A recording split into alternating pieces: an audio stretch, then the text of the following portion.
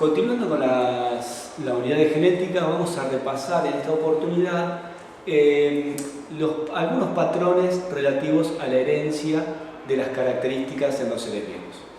Vamos a empezar con las leyes de Mendel, con la primera ley de Mendel, en la que muestra, según la primera ley de Mendel, la uniformidad de una característica cuando se cruzan, ¿sí?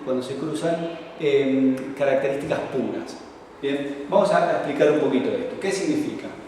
El primer experimento de Mendel lo que hizo fue cruzar características de una misma especie y ver el resultado en las generaciones subsiguientes.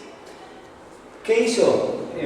Uno de los tantos experimentos que él realizó fue polinizar con polen de una flor, ¿sí?, de color púrpura, polinizó a un gineceo, a la parte femenina de la flor, pero de color blanca, ¿sí? Es decir, cruzó plantas de flores de color púrpura con plantas de flores de color blancas. Bien, luego de hacer esa polinización, ¿sí?, que le hizo sacando las anteras de la flor púrpura y utilizando el polen, ¿sí?, de esa planta para polinizar la parte femenina, ¿sí?, de la flor blanca, obtuvo semillas. Bien, es decir, cruzó plantas de flor púrpura con plantas de flor blanca y obtuvo las semillas. Luego las hizo germinar y cuando las semillas germinaron, él pudo notar que todas las plantas hijas, el 100%, tenían una de las dos características, ¿sí?, de los progenitores. Vale aclarar, ¿sí?, que estas plantas de flor púrpura y plantas de flor blanca eran puras para esa característica. ¿Cómo le hizo él? Bueno, él seleccionó siempre flores blancas para cruzarse con flores blancas separadas de las plantas con flor púrpura y obtuvo líneas puras, y esas líneas puras fueron las que cruzó. Ahora, cuando obtuvo las semillas de la cruza, se dio cuenta de que el 100% de las plantas hijas de este cruzamiento tenían la flor púrpura. Por eso se dio cuenta que había una uniformidad en las características de las plantas hijas luego de este cruzamiento. Por un lado, entonces, él sabía que esta característica tenía dos posibilidades. Las posibilidades que tenía esta característica era o bien la planta iba a tener flores púrpuras o bien iba a tener flores blancas. Como lo vimos en la clase anterior de genética, ¿qué significaba eso? Que para un mismo gen, que en este caso la característica es color de la flor, iba a tener dos posibilidades, blanca o púrpura. Y es más, se dio cuenta que una de las características tapaba a la otra cuando se expresaban de manera juntas. Es decir, una de las características, en este caso la púrpura, era dominante sobre la otra característica, flor blanca, que se consideraba recesiva. Bien, es decir, esas plantas, producto de las cruzas de dos padres puros de características distintas, expresó una única característica. Bien, entonces ahí se dio cuenta de la existencia de características como más fuertes o dominantes sobre otras. Luego lo que hizo, ¿sí?, vamos a explicar un poquito de la notación que vamos a usar para hacer los ejercicios. Cuando hablamos de dominante, ¿sí?, vamos a expresarlo con una letra imprenta mayúscula, ¿sí? Generalmente en estos ejercicios voy a usar siempre la letra A mayúscula y A minúscula para el recesivo.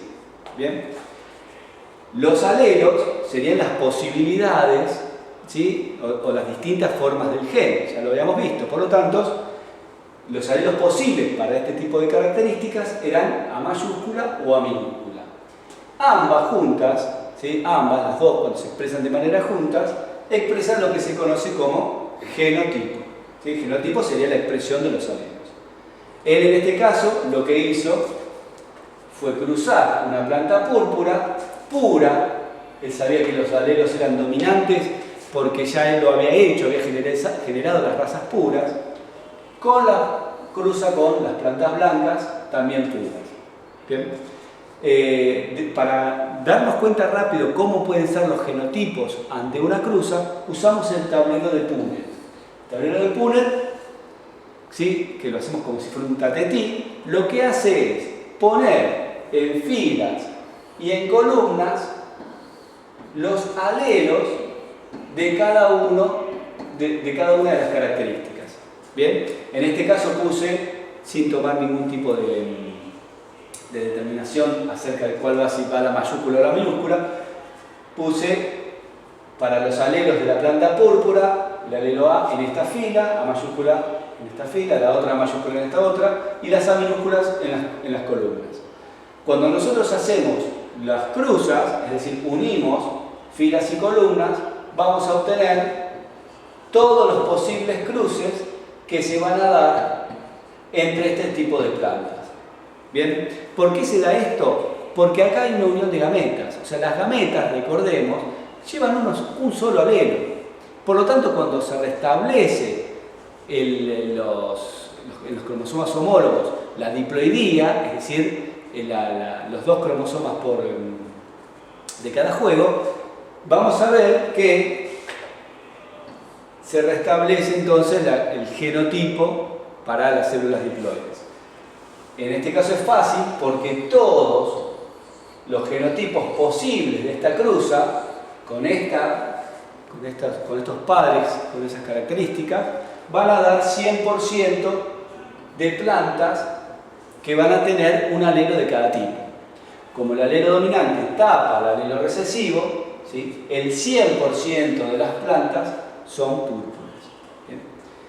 Acá podemos distinguir fácilmente lo que es el genotipo, ¿sí?, que es la combinación de alelos, genotipo, en este caso mayúscula minúscula, y el fenotipo, que es la característica que se expresa.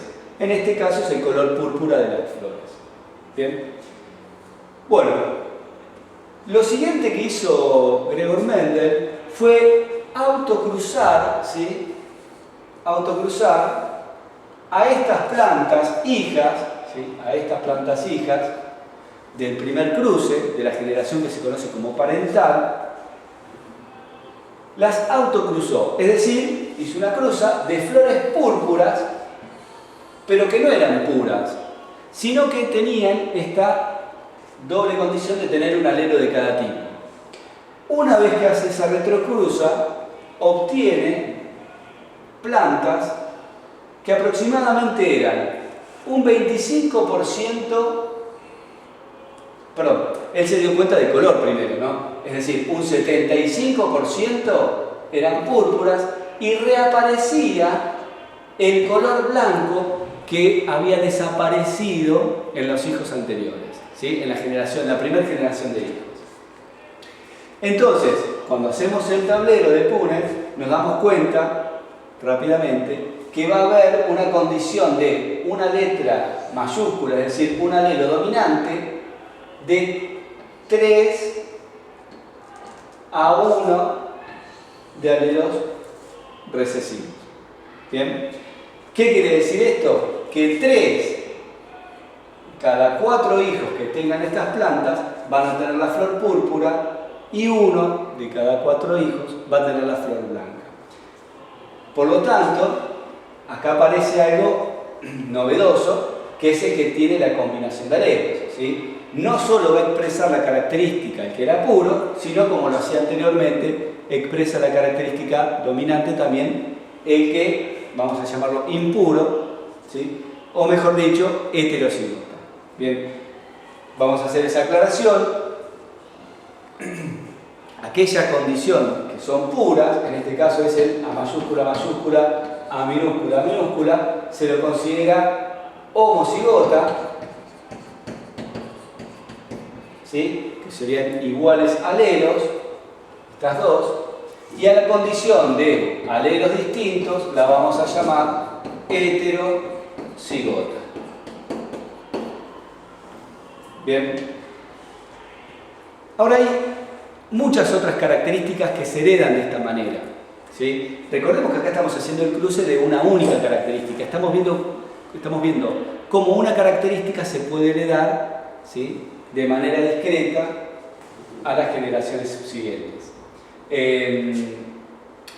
Gregor Mendel hizo muchos otros cruces, probó con los tallos, el largo del tallo, si era alto o si era enano, el tipo de semilla, el color de semilla, si la semilla era redonda, lisa o si era arrugada, el tipo de vaina, ¿sí?, que porta las semillas. O sea, hizo varios cruces y siempre demostraban lo mismo.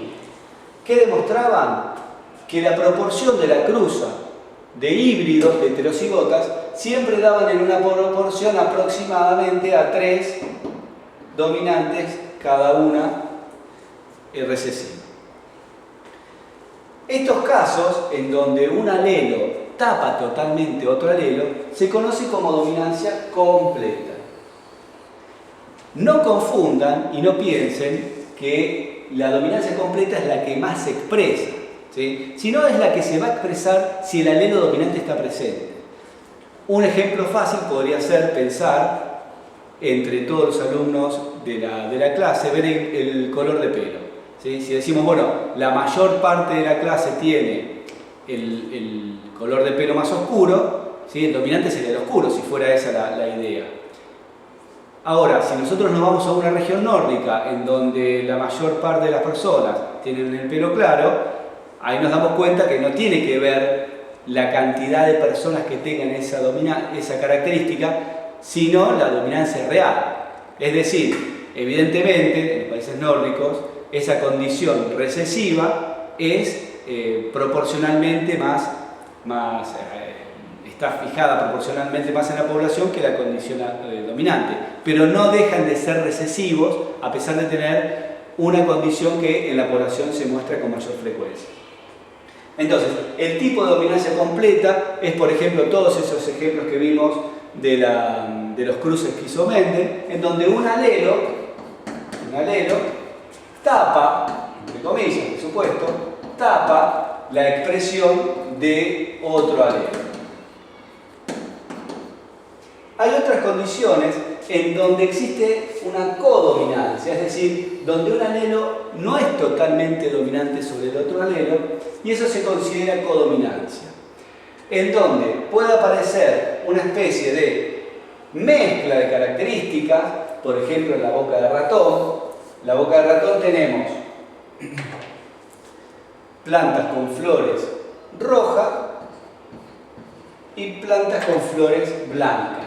¿Sí? Las plantas puras pueden ser o rojas o blancas.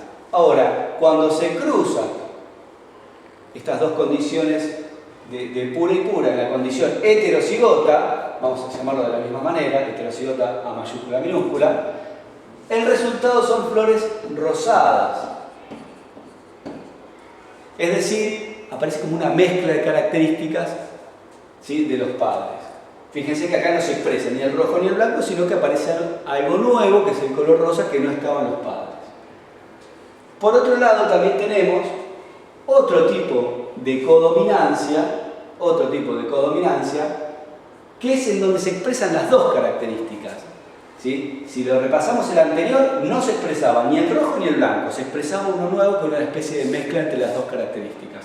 Ahora, otro tipo de codominancia es cuando se expresan ambos alelos. Y acá vamos a repasar el ejemplo del grupo sanguíneo AB, ¿sí?, que se expresa tanto en el grupo A como en el grupo B, ¿sí?, aparece un nuevo grupo sanguíneo que es el grupo AB, y el de la anemia falciforme que también vimos en la clase de genética anterior. Repasamos rapidito el de la anemia falciforme. Habíamos dicho que la anemia falciforme estaba causada por un alelo recesivo que lo llamábamos HBS. Ahora, la mayor parte de la población, ¿sí?, salvo algunas regiones, como decía recién, puede haber excepciones, mostramos una hemoglobina normal, que la llamábamos HbA, que es la condición dominante, que era la condición que podemos pensar que es dominante. ¿Bien? Ahora, cuando nosotros analizamos los cruces entre personas que tienen hemoglobina falciforme, ¿sí?, que la denominábamos así, y hemoglobina normal, vemos que la condición heterocigota